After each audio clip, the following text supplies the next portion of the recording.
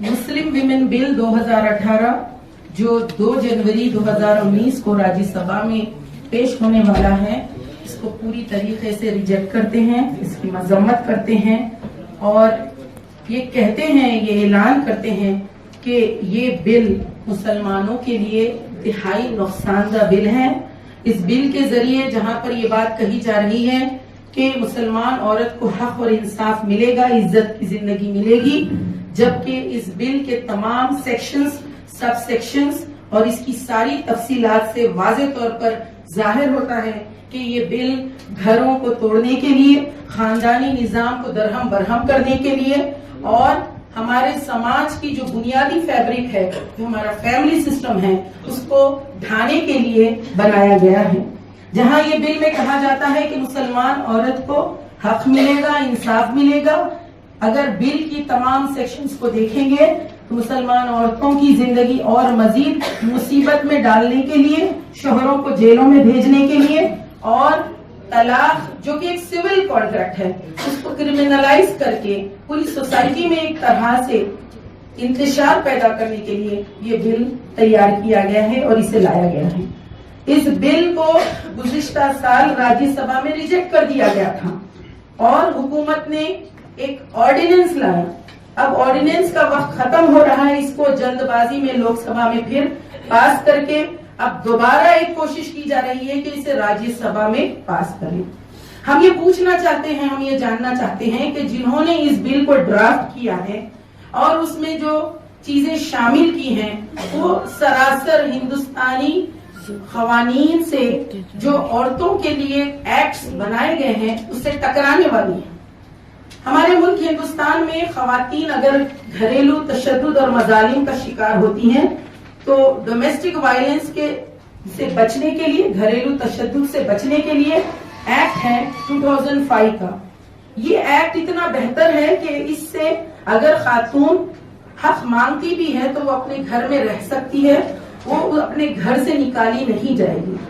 लेकिन इस बिल में औरत को, बीवी को किसी तरीके से एम्पावर नहीं किया गया, बल्कि पूरी तरीके से ये बिल ख़वातीन को मजीद कानूनी दुश्वारियों, पेचीदगियों में मुब्तला करने वाला बिल है।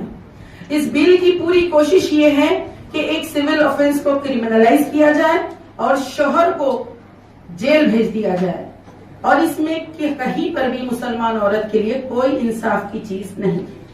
ये बिल में बहुत सारी कानूनी खामियां हैं और औरतों को जो तहफ़्फ़ुज़ात हासिल हैं, तलाक के बाद जो बेनिफिट्स और जो प्रिविलेजेस उनको मिलते हैं, उससे ये बिल इनको महरूम कर देता है।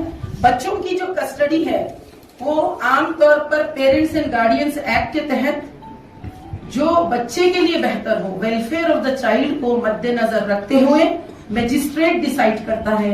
लेकिन इस बिल में ये बता दिया गया है कि माँ को ऑटोमेटिकली कस्टडी मिल जाएगी। ये भी देखिए बिल अपने आप में कॉन्ट्राडिक्टरी है।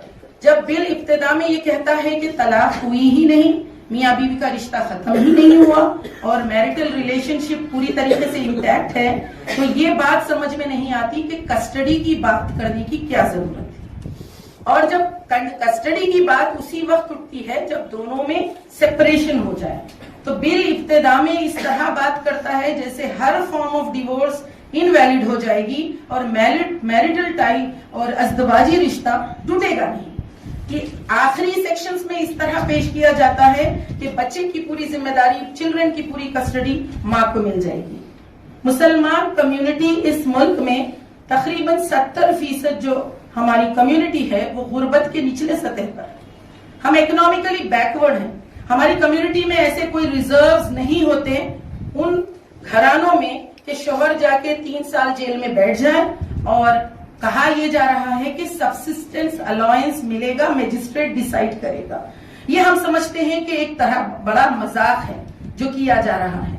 क्या किसी खानदान में इतने रिजर्व्स होते हैं कि 3 साल तक घर का खर्चा पानी चलता रहे और मजिस्ट्रेट डिसाइड कर दे कि महाना इतना इतना मिलेगा? और क्या आप प्रैक्टिकली पॉसिबल समझते हैं कि वो सब मिलता रहेगा और घर वैसे ही चलता रहेगा, बच्चे स्कूल जाते रहेंगे, उनकी फीसों की अदायगी होती रहेगी, उनकी तालीम भी जारी रहेगी? ये सिर्फ और सिर्फ एक धोखा और ये मजाक है। اور سبسسٹنس الاؤنس کے بارے میں لا منسٹر کے پاس کوئی جواب نہیں ہے. اسی طریقے سے ہم یہ پوچھنا چاہتے ہیں, ہم یہ جاننا چاہتے ہیں, اس ملک میں جب ہر ایک کو آزادی ہے, لیو ان ریلیشن شپ کی آزادی ہے, شادی شدہ ہوتے ہوئے ایکسٹرا میرٹل کوئی ریلیشن شپ کرتا ہے, یا پھر اب تو سیکشن 377 میں ڈی کریمنلائزیشن ہو گیا ہے کہ ہم جنسیت کو بھی, سپریم کورٹ نے کہا کہ ہر فرد کی اپنا پرسنل میٹر ہے, اس کا سول میٹر ہے, اس کی آزادی ہے.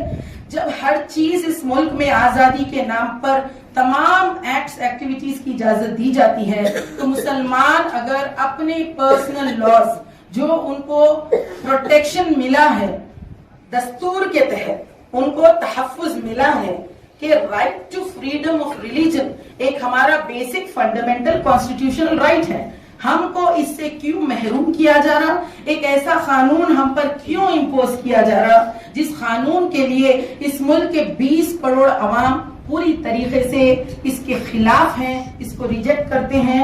مسلمان خواتین نے 2 کروڑ سے زیادہ مسلم خواتین روڈوں پر اور بڑے میدانوں میں مظاہرے کیے ہیں اور انہوں نے کہا ہے کہ وہ یہ 3 طلاق بل نہیں چاہتے, وہ انٹرفیئرنس ان ریلیجن, مذہب میں کوئی مداخلت نہیں چاہتے. تو جب ہمارے ملک ہندوستان میں اگر ڈیموکریسی ہو, جنتنتر, لوکتنتر, نمبرز میٹر کرتے ہیں, تو انگلی پر گنے جانے والی خواتین کو میڈیا میں اتنا زیادہ بتا کے پیش کیا جاتا ہے. 6 لاکھ خواتین جے پور میں آئیں, 2 لاکھ سے زیادہ خواتین مالیگاؤں میں آئیں, اور پورے ملک ہندوستان میں 200 سے زیادہ مظاہرے ہوئے, اور تمام خواتین نے ایک ہی بات کہی کہ ہم کو یہ بل نہیں چاہیے, ہم اسے ریجیکٹ کرتے ہیں.